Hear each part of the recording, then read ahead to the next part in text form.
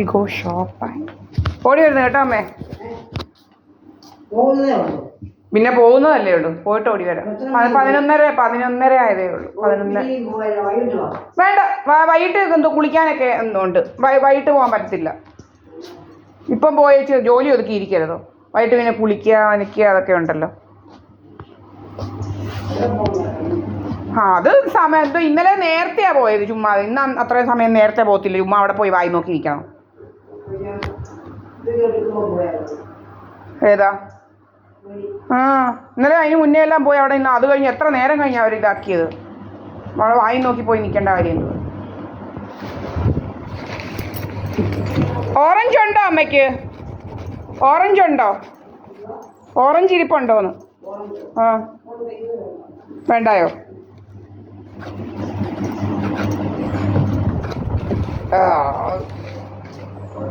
എന്തോ അമ്മേ മധുരം ഇല്ലയോ? അവിടുന്ന് തന്നെ നല്ല ഓറഞ്ച് തന്നെയാണല്ലോ. ആര് പറയും മധുരം ഇല്ലെന്ന്? ഞാൻ എന്നിട്ട് ഇന്നലെ തിന്നിട്ട് മധുരം ഉണ്ടല്ലോ. ചുമ്മാ അങ്ങ് പറയാം മധുരം ഇല്ലെന്നൊക്കെ. എത്രണ്ണം ഉണ്ട് ഇനി? പുതിയത് വന്നിട്ടുണ്ടെങ്കിൽ വാങ്ങിക്കാം. എന്തേ കാണിച്ചേ?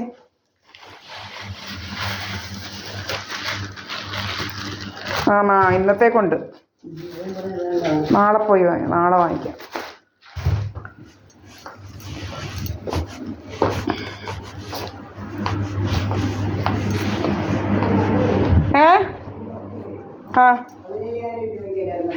ഏതാ അമ്മേ? അമ്മ വാങ്ങിച്ചത്. അതാ ഇപ്പൊ അതാണോ വില?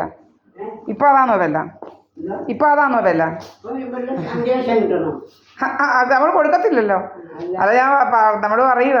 അപ്പോൾ അതാ വസ്തു അവിടെ കിടന്നാൽ എന്താ വിലയില്ലയോ? നമ്മൾ പറഞ്ഞ് ഇതാക്കുന്നത്. നമുക്കറിയാം എന്തോ ചെയ്യണമെന്നുള്ളത്. ഒരു ഭരണിക്കാവ് വില്ലേജിലെ 1 സെൻറ്റ് വസ്തുവും കൊടുക്കത്തില്ല. ഒള്ളി തെക്കേക്കര വില്ലേജിലെ വസ്തു കൊടുക്കാനാണ് മാത്രമേ ഉള്ളൂ. ബാങ്കിലിടും, അത്രയേ ഉള്ളൂ. പോയിട്ട് വരട്ടെ കേട്ടോ അമ്മേ. ഇവിടെ വന്നിരിയമ്മേ. അമ്മ ഇവിടെ വന്നിരിയമ്മേ.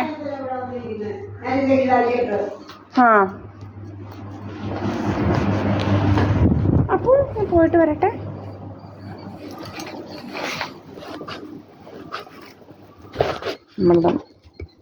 കടയിൽ പോവാണ്.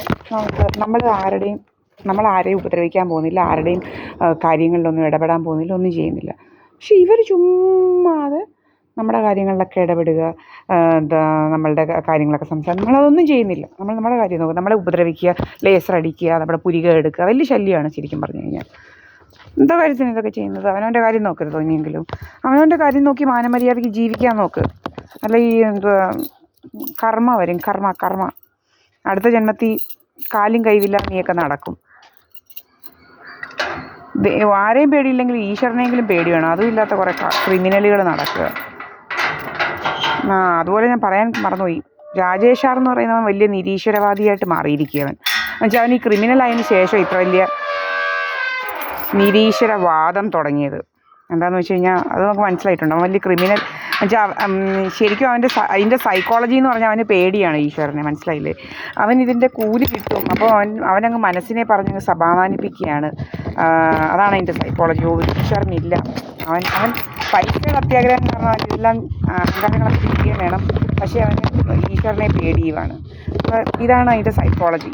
ഈശ്വരനില്ല എന്ന് പറയുന്ന സൈക്കോളജി, ക്രിമിനൽസിൻ്റെ സൈക്കോളജി. ഇവിടെയാണ് ഞാനപ്പം കടയിൽ പോവാണ്. മനസ്സിലായില്ലേ? അപ്പോൾ ഇതൊക്കെയാണ് നമ്മുടെ ക്രിമിനൽസിൻ്റെ സൈക്കോളജി. ഇത് സൈക്കോളജിയൊക്കെ നമുക്ക് നല്ലപോലെ അറിയാം.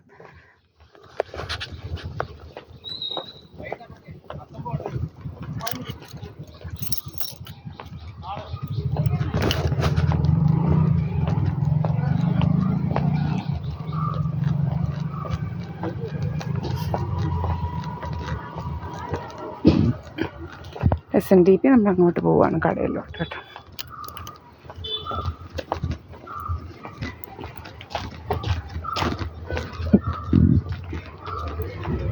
നമ്മൾ രാവിലെ ഇതുവരെ ഒന്നും കഴിച്ചിട്ടില്ല. ജസ്റ്റ് വാട്ടർമെലൺ ജ്യൂസാണ് കുടിക്കുന്നത്. അപ്പോൾ അങ്ങനെയൊക്കെയാണ്. എന്നിട്ട് നമ്മളെ അടിച്ച് വീർപ്പിക്കുക.